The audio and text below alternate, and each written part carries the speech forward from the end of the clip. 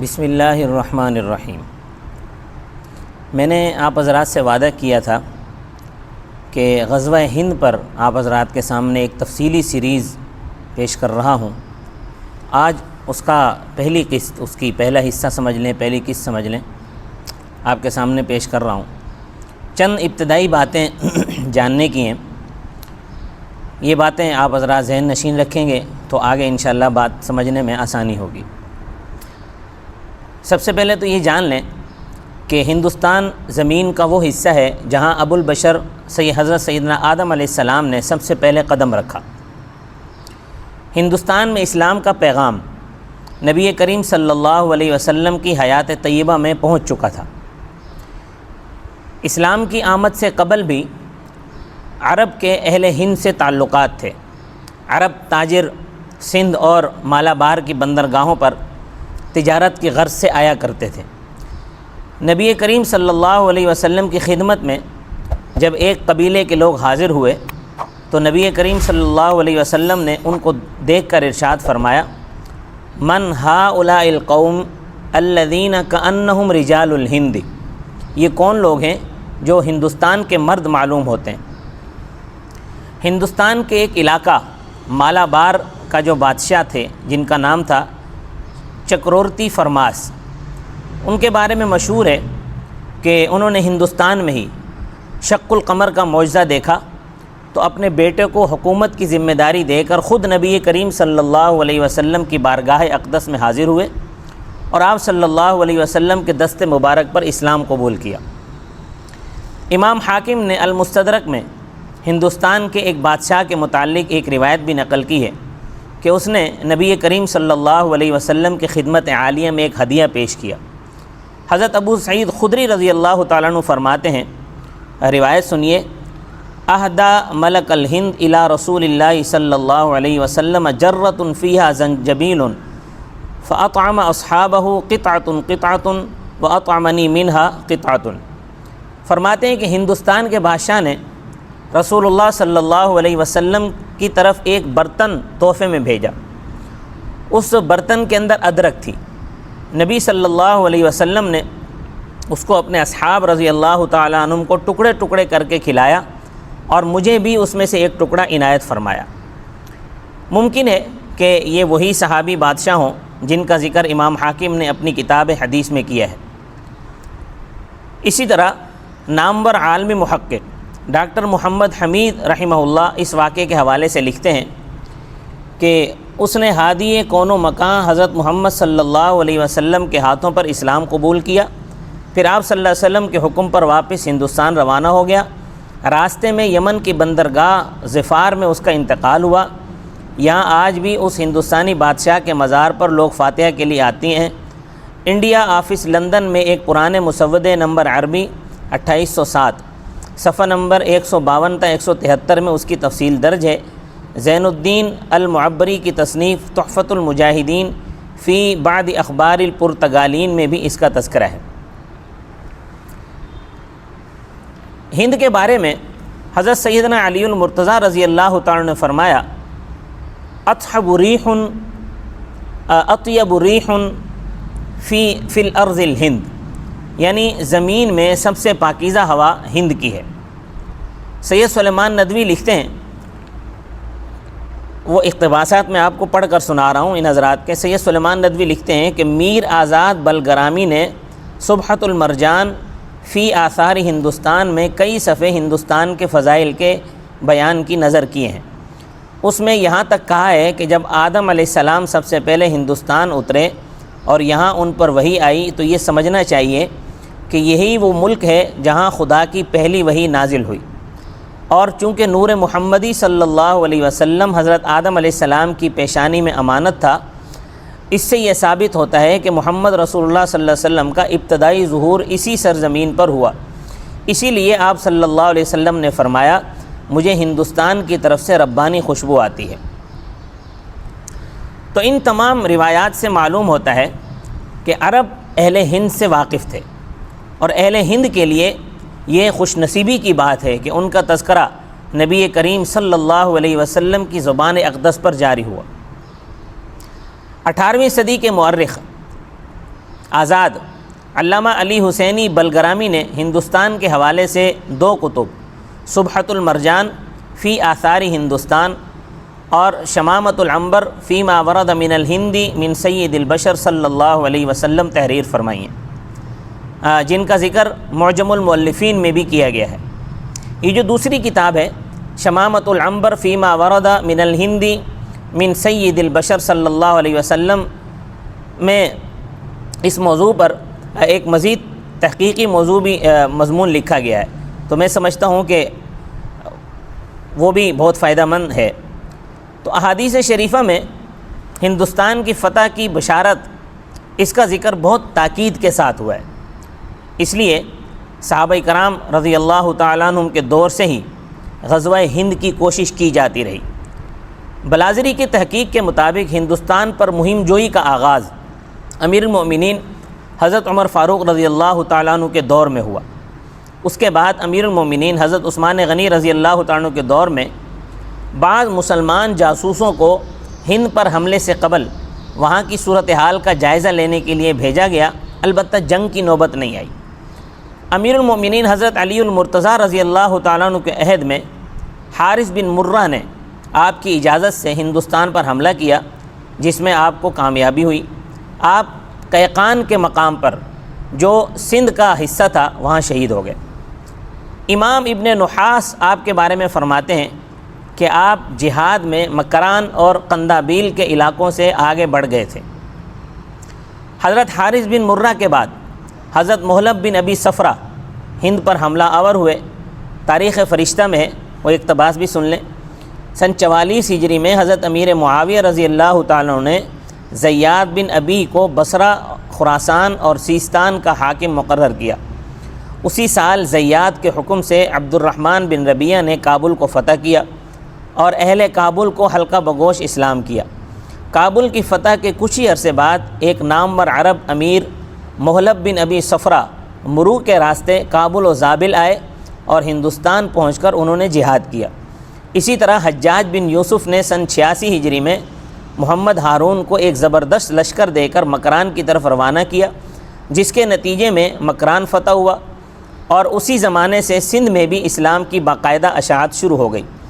عباسی خلیفہ ولید بن عبد الملک کے دور میں جب راجہ داہر بن ضعیفہ نے مسلمانوں کا لوٹا ہوا مال اور مسلمان قیدی عورتوں کو واپس کرنے سے انکار کر دیا، تو حجاج نے خلیفے کی اجازت سے اہل ہند سے جہاد کرنے کی اجازت لی اور پدمن نامی ایک شخص کو بھیجا۔ انہوں نے اہل دیبل سے جنگ کی اور اس میں جام شہادت نوش کیا۔ پدمن کی شہادت کے بعد حجاج نے اپنے چچا زاد بھائی اور داماد عماد الدین محمد بن قاسم کو، جن کی عمر صرف 17 سال تھی، 93 ہجری میں سندھ کی طرف روانہ کیا، جس میں اللہ رب العزت نے اس کم سن مجاہد کو فتح عطا فرمائی اور راجہ داہر اس جنگ میں مارا گیا۔ یہ اقتباس تاریخ فرشتہ میں سے تھا۔ اس کے بعد حضرت سلطان محمود غزنوی رحمۃ اللہ علیہ، جن کا دور سن 357 ہجری سے 421 ہجری تک ہے، ان کا عالم یہ تھا کہ انہوں نے اپنے اوپر جہاد ہند کو فرض کر لیا تھا۔ امام ذہبی فرماتے ہیں کہ اور سلطان نے اپنے اوپر ہر سال غزوہ ہند کو فرض کیا ہوا تھا، بس انہوں نے ہند کا ایک وسیع حصہ فتح کر لیا اور معروف بت کو توڑا جس کا نام سومناتھ تھا۔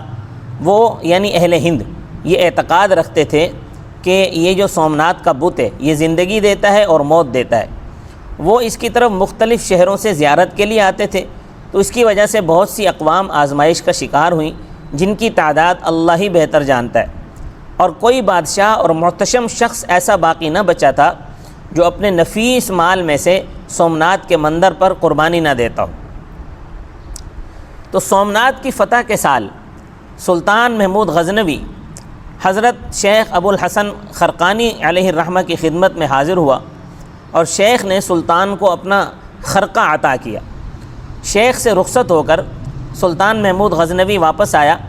اس نے ان کے عطا کردہ خرقہ کو بڑی حفاظت سے اپنے پاس رکھا۔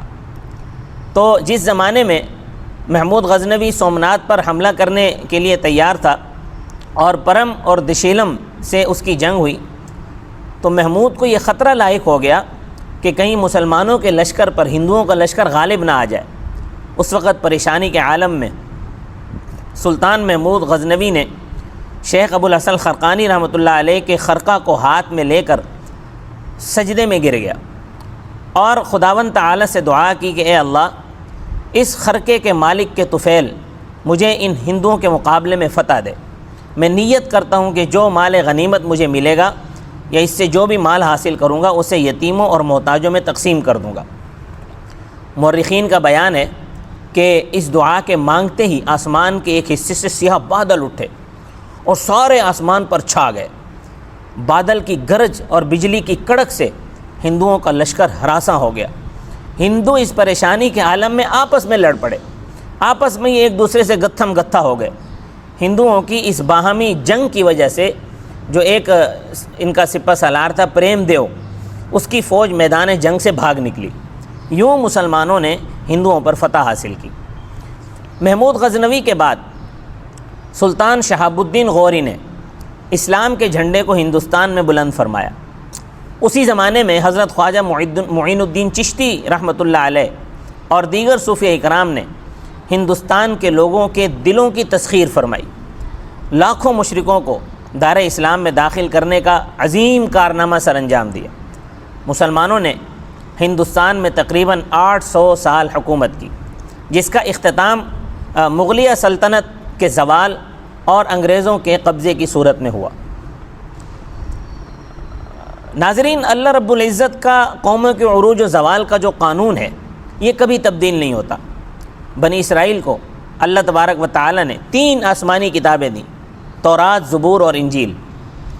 11 انبیاء کرام کے علاوہ تمام انبیاء بنی اسرائیل میں مبعوث ہوئے۔ اللہ تعالیٰ نے انہیں علم اور حکمت کے ساتھ ساتھ حکومت بھی عطا کی، لیکن جب انہوں نے حد سے تجاوز کیا، اللہ اور اس کے رسولوں کی نافرمانی کی، اللہ رب العالمین نے پھر ان پر ذلت، رسوائی، محتاجی اور مسکنت کو مسلط فرما دیا۔ ہندوستان میں بھی مسلمانوں کی عظیم الشان حکومت کا زوال ایک دم نہیں ہوا۔ صلیبی جنگوں، تاتار کی یورش، سقوط بغداد، اسپین کے طاقت و تاراج ہونے سے مسلمانوں نے کوئی سبق نہ سیکھا۔ نتیجتاً ترک جہاد، شراب و شباب میں غفلت کی زندگی نے انہیں فطرت کے قانون کا حقدار بنا دیا۔ فطرت کے اسی قانون کے تحت فطرت نے انہیں تباہی و بربادی کے دہانے پر لا کھڑا کیا، جس کا ہر وہ گروہ حقدار ہوتا ہے جو خلاف فطرت زندگی گزارنے کا عادی ہو جائے۔ اس کا اندازہ اس بات سے لگایا جا سکتا ہے کہ رنگیلا بادشاہ، اس کے باورچی خانے کا ماہانہ خرچ 3 کروڑ تھا۔ ہر روز 300 برہنہ عورتیں اپنے سامنے نچوایا کرتا تھا۔ 1707 میں اورنگزیب عالمگیر رحمۃ اللہ علیہ کے انتقال کے بعد سلطنت اسلامیہ میں ایسا ضعف پیدا ہوا کہ پھر اسے استحکام نصیب نہ ہو سکا۔ جب مرکز کمزور ہو جائے تو پھر مملکت میں بغاوتیں سر اٹھانے لگتی ہیں۔ اگر بر وقت اس کمزوری کا تدارک نہ کیا جائے تو پھر تمام علاقوں کو مرکز کے ساتھ جوڑے رکھنا مشکل ہو جاتا ہے۔ جب سلطنت ہند کا مرکز، اس کا وجود خطرے میں پڑ گیا، وجود کمزور پڑ گیا، تو مرہٹوں، روہیلوں، سکھوں اور دیگر غاصبوں نے حملے شروع کر دیے۔ 15ویں صدی کے آخر میں ہندوستان میں پرتگیزی پہلے ہی وارد ہو چکے تھے۔ ان کے بعد فرانس اور برطانیہ سے بھی لوگوں نے آنا شروع کیا، لیکن ہندوستان میں مسلمانوں کی صدیوں پر محیط عظیم الشان سلطنت برطانوی قوم کے ہاتھوں زوال پذیر ہوئی۔ جہانگیر کے دور میں انگریز ایسٹ انڈیا کمپنی کے ذریعے تجارت کی غرض سے آنا شروع ہو گئے تھے۔ ان کی آمد کا قصہ یوں ہے کہ انگلستان میں جیمز اول نے سر ٹامس رو کو سن 1615 عیسوی میں اپنا سفیر بنا کر بھیجا۔ اس کے ساتھ ایک مسیحی پادری بھی تھا۔ سر ٹامس رو نے اپنی زبان دانی اور اپنی جاذب نظر شخصیت اور کثیر جہتی صلاحیتوں سے جہانگیر کے ہاں ایک مقام حاصل کر لیا۔ ایک مرتبہ شاہی محل کی ایک عورت بیمار پڑ گئی۔ وہ عورت بڑی خوبصورت تھی اور بادشاہ کو بڑی محبوب تھی۔ بادشاہ نے، جہانگیر نے اس کا بڑا علاج کروایا، لیکن وہ عورت تندرست نہ ہو سکی۔ بادشاہ اس کی صحت کی طرف سے مایوس ہو چکا تھا۔ اس کی گری ہوئی صحت اور حسن نے بادشاہ کو پریشان کر دیا تھا۔ سر ٹامس رو نے اپنے ذاتی معالج سے اس عورت کا علاج کرایا جس سے وہ بالکل صحت یاب ہو گئی۔ بادشاہ نے سر ٹامس رو کو بلوایا اور انعام و اکرام سے نوازنا چاہا۔ بادشاہ نے سر ٹامس رو کو جب بلا کر انعام و اکرام دینا چاہا تو اس نے سونے اور چاندی کے بجائے بادشاہ سے اپنی خواہش کا اظہار کیا جس کے لیے اسے ہندوستان میں بھیجا گیا تھا۔ اس نے بادشاہ سے عرض کی کہ آپ کی عنایات تو اس سے قبل بھی بہت ہیں، ایک اور عنایت کا محتاج ہوں، اگر وہ پوری ہو جائے تو صرف مجھے ہی نہیں بلکہ میری قوم کو بھی اس سے استفادہ حاصل کرنے کا موقع مل جائے گا۔ اس طرح اس انعام و اکرام کے بجائے اس انگریز نے سر ٹامس رو نے ایسٹ انڈیا کمپنی کا پروانہ تجارت حاصل کر لیا۔ اس کا اثر یہ ہوا کہ 2 سال کے اندر ہی مغلیہ سلطنت میں انگریزوں کی 5 کوٹھیاں آگرہ، احمد آباد، برہان پور، بہروج اور سورت میں قائم ہو گئیں۔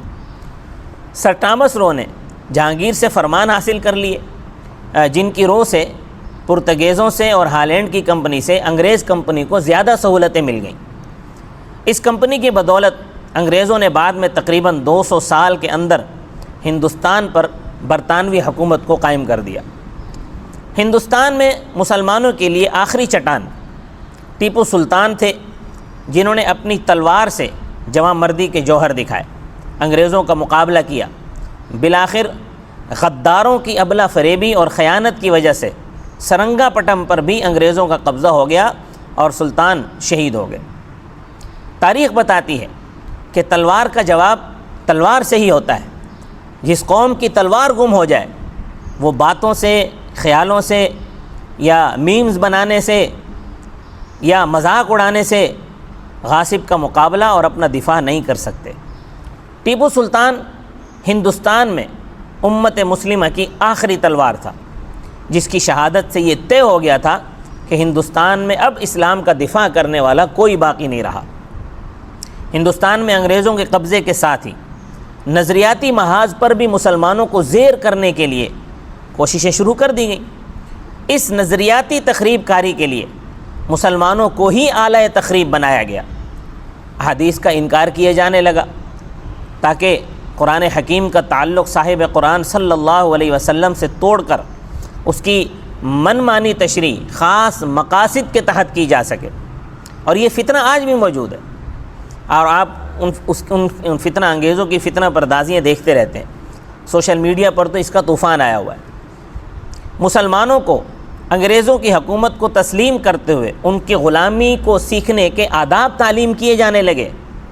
لا تعداد مسیحی مبلغین نے ہندوستان کا رخ کیا جنہوں نے ارتداد کی تحریک کو گرم کیے رکھا تاکہ مسلمانوں کو مرتد بنا کر مسلمانوں کے ہی خلاف استعمال کیا جا سکے، جس کی بڑی مثال پادری برکت اللہ کی کتب کی صورت میں موجود ہے۔ قرآن اور نبی کریم صلی اللہ علیہ وسلم کی شان میں توہین کی جانے لگی۔ منکرین جہاد کے ایک گروہ کی تربیت کی گئی تاکہ مسلمانوں میں روح جہاد کو ہی ختم کر دیا جائے اور مسلمان ہمیشہ ہمیشہ کے لیے انگریزوں کی غلامی کو قبول کر لیں۔ ان میں کبھی بھی ان کا جو کمال تھا، جو ان کی حکومت تھی، جو اب مفقود ہو چکا ہے، دوبارہ اس کی خواہش ہی پیدا نہ ہو سکے، دوبارہ وہ کمال حاصل ہی نہ کر سکے۔ اس کے ساتھ ساتھ جھوٹے نبی، جھوٹے امام مہدی منظر عام پر لائے گئے جن کے ذریعے اسلام کے اندر ایک نیا نظام رائج کرنے کی کوشش کی گئی تاکہ اسلام کی شکل کو مکمل طور پر مسخ کیا جائے۔ مسلمانوں کے اپنے اندر طرح طرح کی فروعی بحثیں رواج کر دی گئیں، ان کو فروغ دیا گیا تاکہ مسلمان باہم دست و گریباں رہیں۔ آپ دیکھ لیں، کبھی جو ہے ہم رفع دین پر لڑ رہے ہیں، آمین بالجہر پہ لڑ رہے ہیں، 11ویں پہ لڑ رہے ہیں، تیجے اور 7ویں پہ لڑ رہے ہیں، درود جو ہے رسول اللہ پر کون سا پڑھنا چاہیے اس پہ لڑ رہے ہیں، فضول قسم کی بحثیں، ایک دوسرے پہ کفر تک کے فتوے لگا رہے ہیں۔ یہ ساری نفرتیں انگریز نے مسلمانوں کے اندر بوئیں، آج وہ تناور درخت بن چکے ہیں، اور مقصد اس کا یہ تھا کہ ان کے ذریعے مسلمان آپس میں دست و گریباں رہے گا، دشمن کے خلاف متحد ہو کر کبھی مقابلہ نہیں کر سکیں گے۔ اللہ کے فضل و کرم سے آج ہمارے اس دور میں اس نظریاتی محاذ پر علماء، صوفیاء مسلمان دانشوروں نے ڈٹ کر مقابلہ کیا، مگر چونکہ عام مسلمان آج بھی سیاسی غلامی کی زنجیریں پہنے ہوئے تھے، اس لیے ان کا جہاد بالقلم، ان کا جہاد باللسان انہیں ذلت و رسوائی کے عمیق گڑھوں سے نہ بچا سکا۔ 23 مارچ سن 1924 بمطابق 23 رجب سن 1342 ہجری میں مسلمانوں کی عظیم الشان سلطنت عثمانیہ بھی اپنے اختتام کو پہنچی، جس کے نتیجے میں مسلمان مجموعی طور پر انتہائی پستی کا شکار ہو گئے۔ 3 مارچ کی صبح یہ اعلان کیا گیا کہ عظیم قومی اسمبلی نے ترکی میں کہ عظیم قومی اسمبلی نے خلافت کے خاتمے اور دین اور سیاست سے علیحدگی کے قانون کو منظور کر لیا ہے۔ یہ ہمارا حال ہوا مسلمانوں کا۔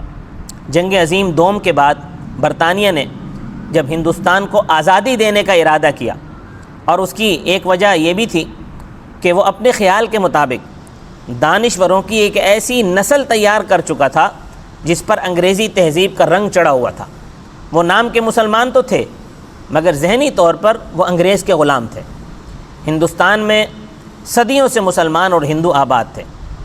جب انگریزوں نے جمہوریت کی بنیاد پر ہندوستان کا فیصلہ کرنا چاہا تو مسلمانوں نے قائد اعظم محمد علی جناح کی قیادت میں کانگریس کی خیانت سے آگاہ ہونے کے بعد متحدہ ہندوستان کے بجائے اپنے لیے ایک علیحدہ ریاست کا مطالبہ کر دیا، کیونکہ اگر ہندوستان کا فیصلہ مغربی طرز جمہوریت کی بنیاد پر کیا جاتا تو مسلمان ہمیشہ کے لیے اقلیت بن کر ہندوؤں کی غلامی میں چلے جاتے۔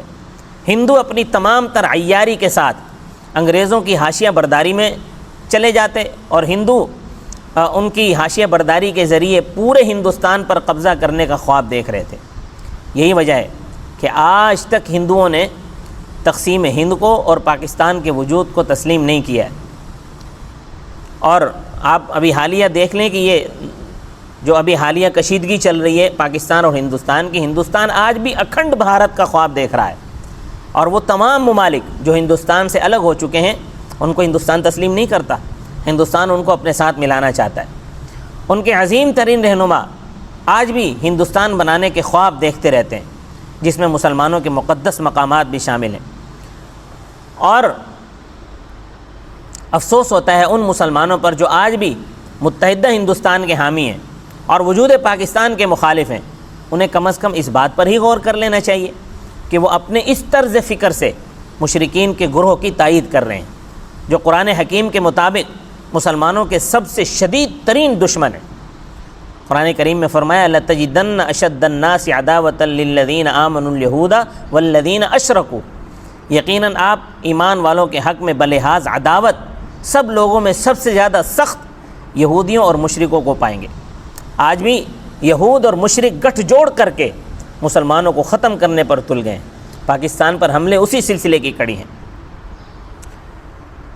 اللہ تبارک و تعالی ہندوؤں کے اور یہود و ہنود کے اس شر سے ہمارے اس ملک پاکستان کی حفاظت فرمائے، اور ہماری جو افواج ہیں افواج پاکستان، اللہ انہیں ہمت، طاقت اور جرت نصیب فرمائے تاکہ مشرکین کے دانت یہ کھٹے کرتے رہیں۔ وما علینا الا البلاغ المبین۔ آپ چینل کو سبسکرائب کیجئے، انشاءاللہ یہ سلسلہ چلتا رہے گا۔